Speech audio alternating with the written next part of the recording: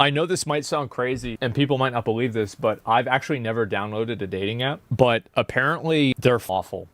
People hate dating apps now. So the other day I was thinking about dating apps, right? And I was wondering how they were getting on. And it turns out that they are not doing great. Jesus. I mean, again, like I do feel like this is like a COVID readjustment. I mean, these are effectively tech companies, and a lot of tech companies have had this happen. Bumble's actually down 92% since it first went public. This is affecting Gen Z in particular, who are becoming less likely to spend money on the apps. 79% of Gen Z respondents had reported experiencing some form of dating app burnout. Yeah, see, here's the problem, right? Is that if you're on dating apps, if you're a girl, like I've seen girls dating app matches, and it's like the 21-year-old girl, and every 45-year-old dude that owns a Camaro is matching with her. And then, like, if you're a guy, it's really hard for you to get matches unless you're, like, probably top 10, 20% of, like, attractability. It's bad, man. So, like, there's just different problems that, like, men and women run into. And it's also become pay to win, too. When they first launched, it would be difficult to believe that around a decade later, they'd be launching $500 a month membership programs. I could believe that. Yeah, I could easily believe that. Because it's like, of course you want to do that. What the fuck? People that make a lot of money can, find women that want guys that make a lot of money. It's that simple. And then there's also, like, the thing is that people generally want to date inside of their income stratosphere. It's, like, more acceptable, like, the guy makes more money than the woman. But, like, men and women both want to date somebody who earns around the same amount of money that they do, right? So there isn't the perspective worry of an ulterior motive. I mean, it just logically makes sense, right?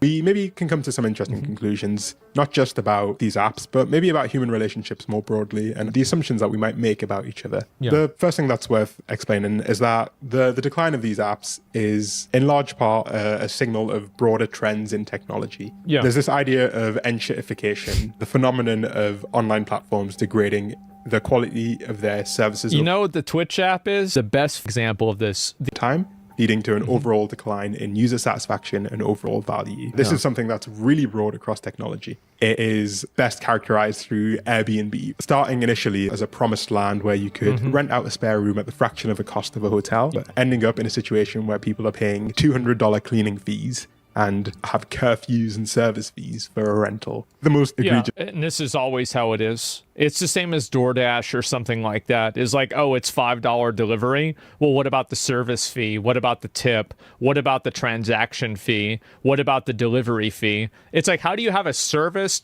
How do you have a service fee, a delivery fee, and a transaction fee? Get the fuck out of here.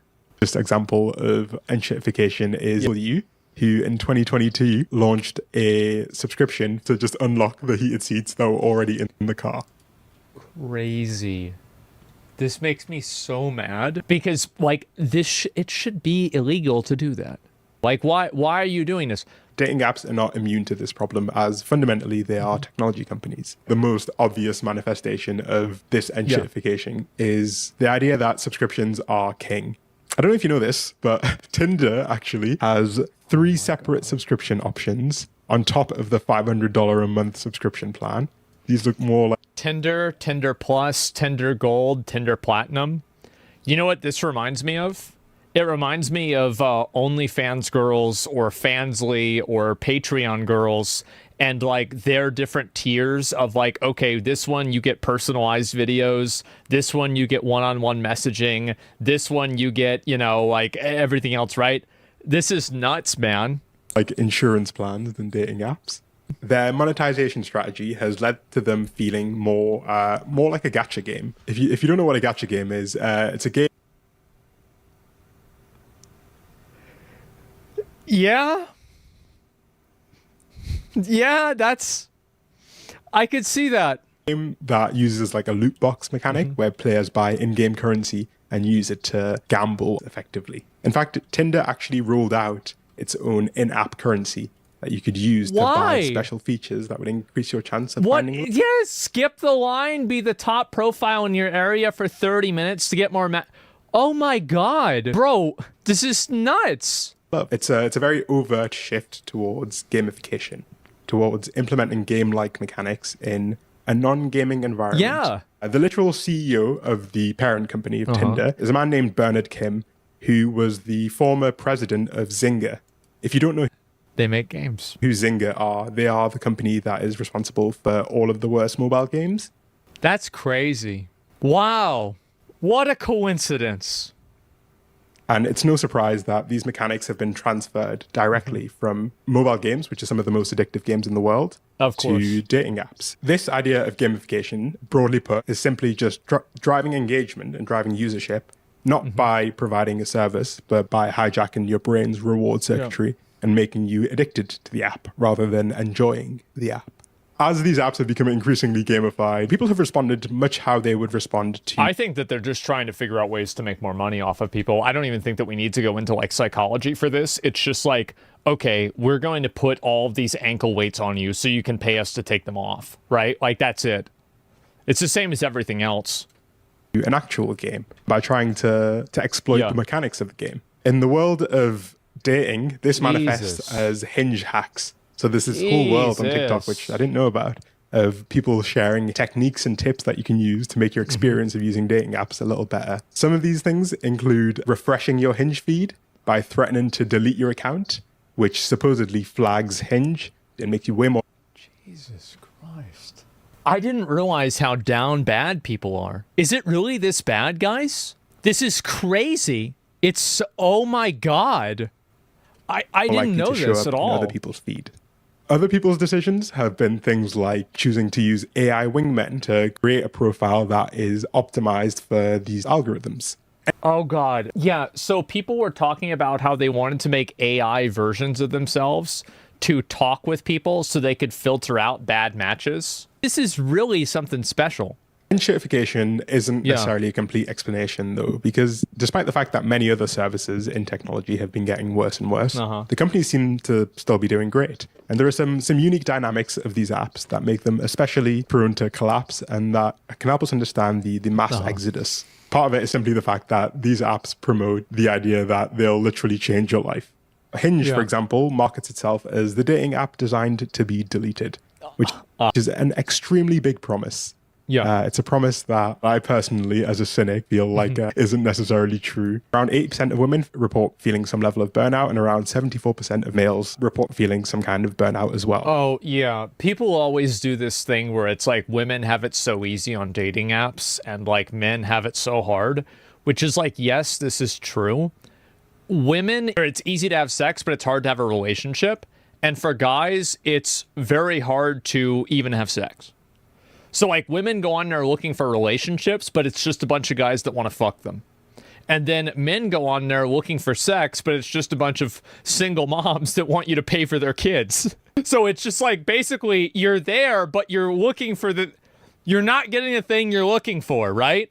The unenjoyable experience is pretty evenly split across the aisle. Interestingly enough, men outnumber women 3-1 on Bumble and Tinder. And yet women report higher rates of negative experiences. Because there's a lot of guys that are just trying to hook up with girls, and that's it. That men obviously have incredibly high rates of negative experiences. Exactly. Nobody enjoys the experience of dating apps. Yeah. The grass isn't greener on anyone's side. Men are far more likely to experience feelings of rejection, feelings of being ignored, whereas it seems like the issues that women report are more, well, they're different. They're different at least, right? So a 2023 survey found that over half of women under 50 who'd used dating apps had been sent a sexually explicit message that they didn't ask for, which I'm amazed that it's not higher. As I said, if you're a guy and you can stop yourself from sending unsolicited messages with pictures of your dick to a girl, you've automatically beat out 20% of guys. You've already beat them. If you could stop yourself from sending pictures of your dick to people, you're already in the top 80%. But generally, the issues that lead people to feel burnt out, more broadly, the failure to find a good connection, being ghosted, being lied to, feeling rejected, and having boring or not substantive. So is it actually true that like on dating apps, there'll be like people that use photos of themselves that are like really old? And to be fair, like I actually do this. Yes, it is true. Like this photo, I took this picture when I was, I think, 25, maybe even before then. So like this picture's almost 10 years old. It's common on these apps. Have you guys ever gone on a date with a girl and then she's over 50 pounds heavier in real life than she is in her photos? Has this happened? It happened to me twice, both times I just left. Bro doesn't want to jump on a grenade. Ideal situation for these apps is this weird middle ground where they want you to find someone you like, but not too often and not someone that you like too much, because then you delete the app. But they don't want you to have 0 matches because that means that you'll delete the app super quickly. He's completely right, because that's logically how they would make the most money. There's a big trend, you might have seen it, of run clubs now. A lot of people are joining run clubs in order to find love. And this... See, that's smart. Because who is it that can't run?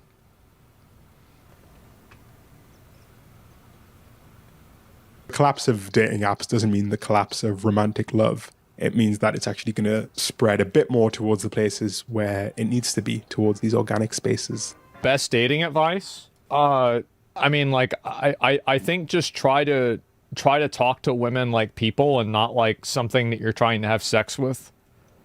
Like, that'd be my only real, like, yeah, just try to treat people like people and take an interest in what they're saying and talking about.